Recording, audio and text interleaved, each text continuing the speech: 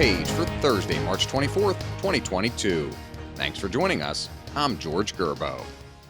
The conflict in Ukraine is looking increasingly like the first major battle of a Cold War between the U.S. and China.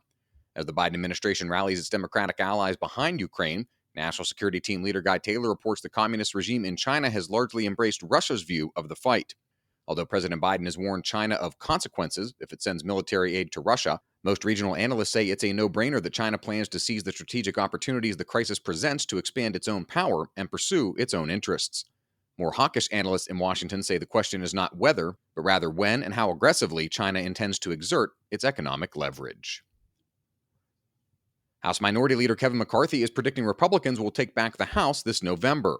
In an interview with our Susan Ferricchio, the Californian said he's confident that Republicans will win the net gain of more than 5 seats needed to reclaim the majority, and he believes he'll garner enough votes from a fractured GOP caucus to become Speaker. He refused to predict how many seats House Republicans will gain, but others, including National Republican Congressional Committee Chair Tom Emmer, have pegged the number as high as 70. Madeleine Albright, a Czech-born World War II refugee who went on to become the first woman to serve as U.S. Secretary of State, has died. A committed internationalist and shaper of U.S. foreign policy in the post-Cold War era, Albright served as U.S. Ambassador to the United Nations from 1993 to 1997, before President Clinton tapped her to be his Secretary of State from 1997 to 2000.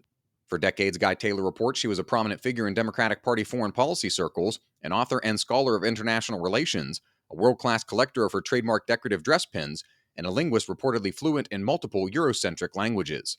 She had many admirers on both sides of the aisle, and many Republicans respected her outspokenness against communist Cuba, her support for NATO expansion, and her dedication to upholding democracy around the world. Madeleine Albright was 84 years old.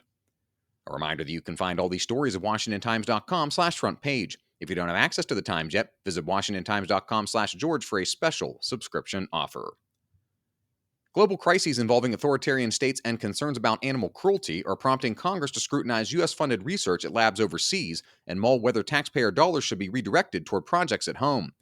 The Government Accountability Office told our Tom Howell that it accepted a request from Congress to review operations at 300 labs in 57 countries that conduct animal research with U.S. tax dollars. The GAO said those labs may not have the same rigorous laws governing animal welfare that are in place here in the United States. The GAO launched the investigation after Florida Republican Congressman Brian Mast, California Democratic Congresswoman Lucille Roybal Allard, and more than 24 other members from both parties asked for the review last year.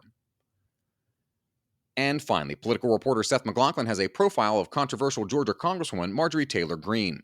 The way the 47-year-old goes about articulating her positions both separates her from the pack and has drawn her a fair share of criticism, notably for positions on the far right of the Republican Party.